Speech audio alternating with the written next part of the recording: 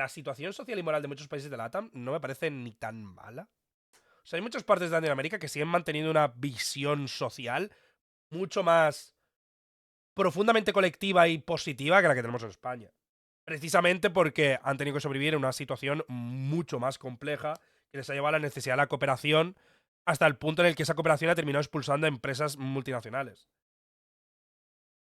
O sea, que realmente es interesante verlo porque al final, cuando hablamos de temas morales, bueno, aparte del mantenimiento del cristianismo y del auge del evangelismo, muchas partes de la ATAM tienen incluso una visión de la vida, yo diría, mucho mejor que la que tenemos en muchas partes de Europa. O sea, ya no tiene sentido. O sea, me refiero, porque hay un enemigo que tiene mucho más. O sea, hay un enemigo común que tiene España y Latinoamérica, que es Estados Unidos. Estados Unidos hizo, literalmente, invasiones fraudulentas contra España para quitarle tierra y ha seguido interviniendo activamente en Latinoamérica para joder, para mantener el control de la zona en pos de tener más dominio geopolítico, como ha hecho en Oriente Medio. Desde 2020, el 63% de toda la nueva riqueza fue el 1% más rico del mundo. ¡Damn! Hay gente que dirá que esto es bueno, pero los salarios de la mayoría de las personas de la mayoría de los países se mantiene por debajo del aumento de la inflación. Por lo tanto, parte de la leyenda negra por los británicos. La leyenda negra también es un poco. Hay cosas que son ciertas y hay cosas que no.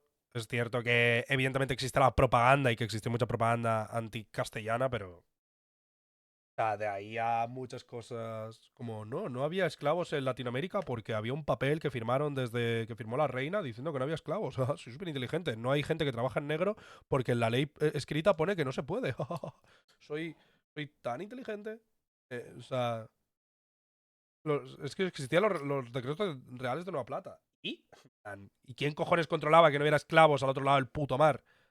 Y me refiero, si hoy en día, con todo lo que tenemos, ni siquiera se controla en el puto Argelia. O sea, evidentemente, si comparas, es un poco difícil comparar en el 1500 si lo que hacía la gente estaba bien o mal. O sea, que hubiera gente que fuera a Latinoamérica y hiciera que grupos entre ellos se matasen a cambio de dinero y después acabar con ellos para mantener zonas y control. O sea,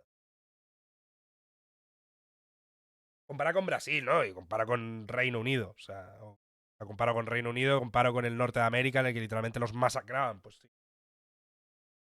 Al menos no hicimos limpieza racial como tal. Tampoco, ¿sabes?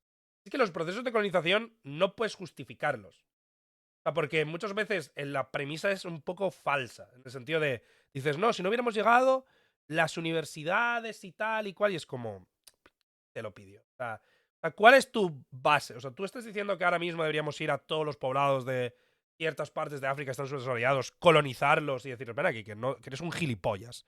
O sea, es como, te vamos a volver un esclavo y te vamos a dominar porque consideramos que no tienes suficiente. Es como.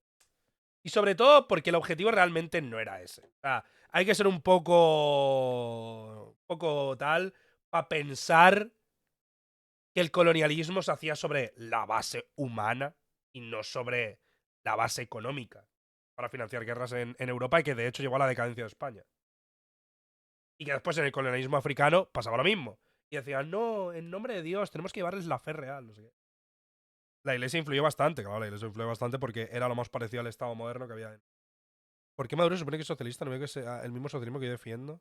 Tratan de quitar mucho el socialismo poniendo como ejemplo lo que pasa en Venezuela, pero es que en Venezuela no hay socialismo. O sea, en la política latinoamericana, como la política de los países en vías de desarrollo, no son de libro. De hecho, son adaptativas, porque hay muchos grupos diferentes, muchos grupos con intereses diferentes. No puedes coger a Maduro y decir, Maduro es socialista. O sea, igual él quiere serlo, pero de querer serlo a defender de verdad lo que es el socialismo, hay un paso muy grande. Y en general, no solo con el socialismo, con todo. O sea, el propio fascismo latinoamericano es súper diferente al fascismo europeo.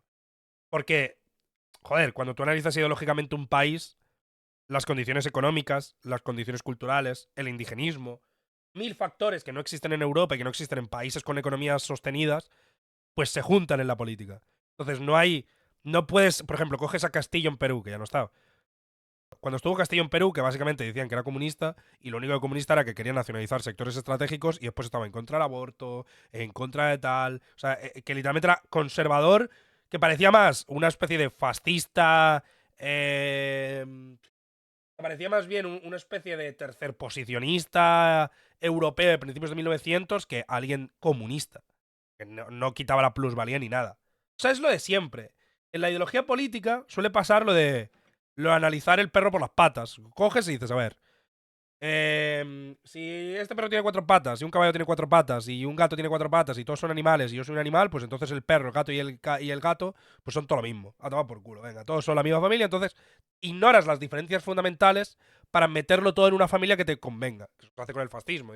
Fascismo es cuando autoritarismo, es como, no. Fascismo es cuando, cuando odias a los negros y a los judíos. No, eso también pasaba con los reyes católicos. No eran fascistas. O sea, la gente tiende a simplificar los términos porque son cómodos de usar y porque sirven para que la gente que no sabe, pues los usa a su favor. Son términos mordaza. Entonces, en Latinoamérica, que la política es súper complicada, como por ejemplo en Oriente Medio, o sea, tú intentas analizar el partido Ba'ath o los movimientos de izquierda en Oriente Medio durante el postcolonialismo, y es un lío, porque ideológicamente muchos parecen más falange que un partido comunista. Pero a la vez, tienes que entender que no lo son porque hay ciertos cambios. Eso es una movida. ¿Corea del Norte es un comunismo estalinista? No, Corea del Norte no es comunista y no es estalinista. Corea del Norte es Juche. Corea del Norte es un país, una dictadura de partido único, que es autárquica, autarquismo, Juche, economía de guerra, economía independiente. O sea, es socialismo en tanto en cuanto que todo es del Estado y la iniciativa privada depende de la pretensión del Estado. Pero no es socialismo marxista, socialismo juche.